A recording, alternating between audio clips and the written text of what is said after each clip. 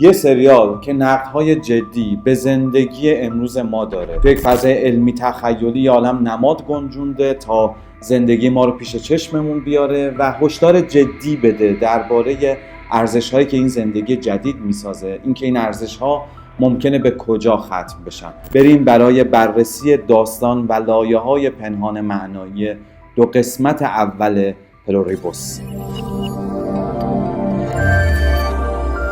سلام، بعد یه مدت وقفه به سینمازیست برگشتم برای بررسی سریال جدید وینس گیلیگان جذاب. دلم براتون تنگ شده بود. Good morning, Carol.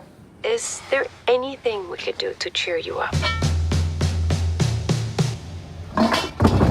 پلوریبوس یک کلمه لاتینیه که از شعار آمریکا که روی گذرنامه‌هاش هم هست گرفته شده. اپلوریبوس اونوم، یه عبارت 13 حرفی که نماد 13 ایالت اولیه آمریکا هستن. معنیش هم میشه یکی از میان بسیار. سریال توی این نامگذاری از همین اول داره نقد جدی وارد میکنه به جهانی که مشخصاً آمریکا با سردمداری خودش شکل داده. یه ویروسی توی دنیا پخش شده که همه ذهن‌ها رو به هم متصل کرده.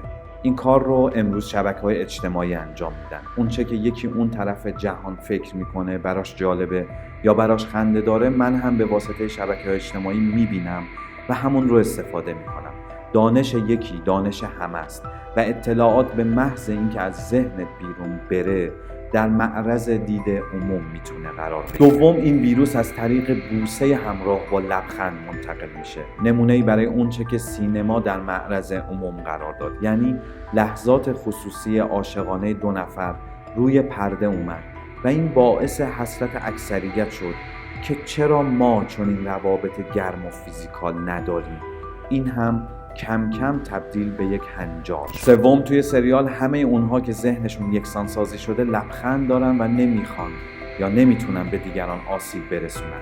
همه گیاهخوار هستن تا محیط زیست سالم بمونه. این هم شبیه به فراگیر شدن رژیم‌های گیاهخواری و نهضت‌های محیط زیست توی جوامع مختلفه. پس این ویروس انگار اشاره داره به سمت و سویی که جهان ما داره سیر میکنه.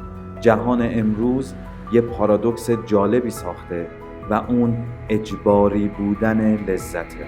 برای ما که درگیر سینما و شبکه‌های اجتماعی هستیم، انگار لذت بردن تبدیل شده به وظیفه‌مون.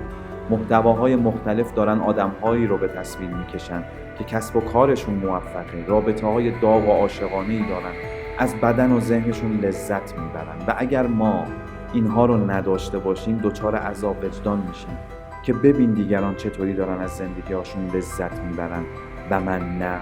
شبکه‌های اجتماعی ما رو دعوت میکنن به این که اگر تو اینا رو نداری، پس بیا فعلا از تماشای این لذت‌ها لذت ببر. یادتون اول ویدیو گفتم عبارت اپلوریبوس اونوم برگرفته از حروف اول 13 ایالت اولیه آمریکاست. جالبه که توی جهان سریال فقط 13 نفر از این ویروس مسئول بودن که یکی از اونا کاروله. این صحنه رو توی ذهنتون مرور کنید. اون چیزی که اون پایین تصویر وزیر به عنوان هدلاین نوشته شده در تعارض با حرفیه که میزنه. به کارول میگه زندگی تو دست خودته، اما با اون داره به عنوان یک بیمار برخورد میکنه که نیاز به زمان هست تا راهی پیدا کنن که اون رو درمان بکنن. این هم اشاره داره به اینکه توی جوامع مدرن هر رفتار یا احساسی که از هنجار فاصله بگیره بیماری تلقی میشه. مثلا اندوه، بیمیلی به لذت یا حتی خشم به عنوان اختلال روانی دیده میشن که باید درمان بشه. کارول هم روی همین مرزه. از نظر جهان جدید اون مریضه، اما از نظر خود کارول اون تنها بازمانده سلامت انسان. کارول قبل همه‌گیری ویروس هم چندان با فضای ذهنی عمومی اوکی نبود و تفکر عموم رو سطحی میدید. اینجا واضح به دوستش میگه از این طرفدارها و این داستانی که نوشتم عقم میگیره. در عین حال به شدت نسبت به محافظت از دیگران حساسه و سعی میکنه عامل آزار کسی نشه. مثلا توی این صحنه سریع به سمت کمک به این مرد میره. بعد از پخش ویروس اگه کارول عصبانی بشه موجب مرگ میلیون ها نفر میشه. کارول اینطوری توی داستان گیر کرده. از بین اون 13 نفر انگار فقط اونه که میفهمه انسانیت داره نابود میشه. زن هندی همین که بدن خانوادش باهاش همراهه براش کافیه و مهم نیست که ذهن اونها دیگه مال خودشون نیست. در حالی که کارول انگار انسان رو در ذهن انسانی، در اختیار و انتخاب می‌بینه. جالبه که قبل از همه‌گیری ویروس کارول توی شبکه‌های اجتماعی فعال نیست. اینجا به وضوح به این اشاره میشه که خودش جواب طرفداراش رو نمیده و از این شبکه‌ها فراریه. توی این صحنه کارگردان با پوشوندن کت زرد به تن کارول سعی کرده برجسته بودن اون رو نسبت به آدم‌هایی که توی اون بار هستن نشون بده. همچنین چندین بار از برداشت‌های بلند استفاده شده تا تأکیدی بکنه روی غیاب دیگران توی زندگی روزمره. این هواپیماهای خالی، فرودگاه‌های خالی نشون از توقف زندگی دارن و آدم‌ها همینطور که اینجا می‌بینی شبیه به ماشین‌هایی شدن که با اینکه به قول این کاراکتر جهان رو به لحاظ ظاهری به جایی بهتر تبدیل کردن که توش کسی دست به خشونت نمیزنه و نمیخواد سایرین رو ناراحت کنه، اما در اصل جهان جایی اخلاقی تر نشده به خاطر اینکه این قضیه کاملا اجباری بوده نه از روی انتخاب.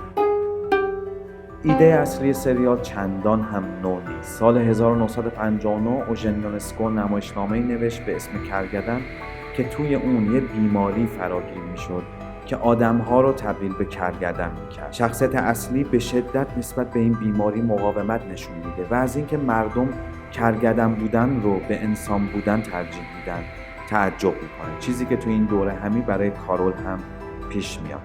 نمایشنامه کرگدن اعتراضی بود به گرایش مردم آلمان به نازیسم در دوره جنگ جهانی دوم. نمایشنامه این نکته رو به ما گوشزد میکنه که قدرت فقط از طریق قانون یا اجبار سیاسی کار نمیکنه، بلکه از راه مدیریت احساس جمعی هم عمل میکنه.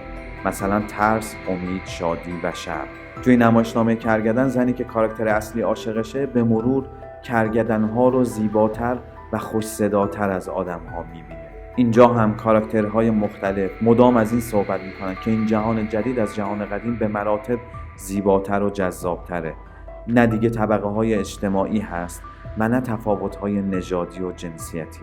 اما اینها از نظر کارول زیباتر نیست، چرا که برای رسیدن به این جهان فردیت آدم‌ها قربانی شده و دیگه انتخابی در کار نیست. به عبارت دیگه از نظر کارول انسان بدون آزادی زندگی ماشینی داره، ولو این ماشین‌ها درست‌تر عمل بکنن یه صلح تصنعی روی زمین برقرار کردن، نه صلح واقعی. این سریال تو این 2 قسمت 3 تا سوال اساسی برای ما مطرح میکنه. شما لطفاً جواباتون رو به این سوال‌ها توی قسمت کامنت ها بنویسید. اول اینکه آیا حذف امکان اعمال خشونت خودش یک فضیلت اخلاقیه ولو اینکه به زور باشه؟ دوم، با کارول همدلی کنیم یا قضاوتش کنیم؟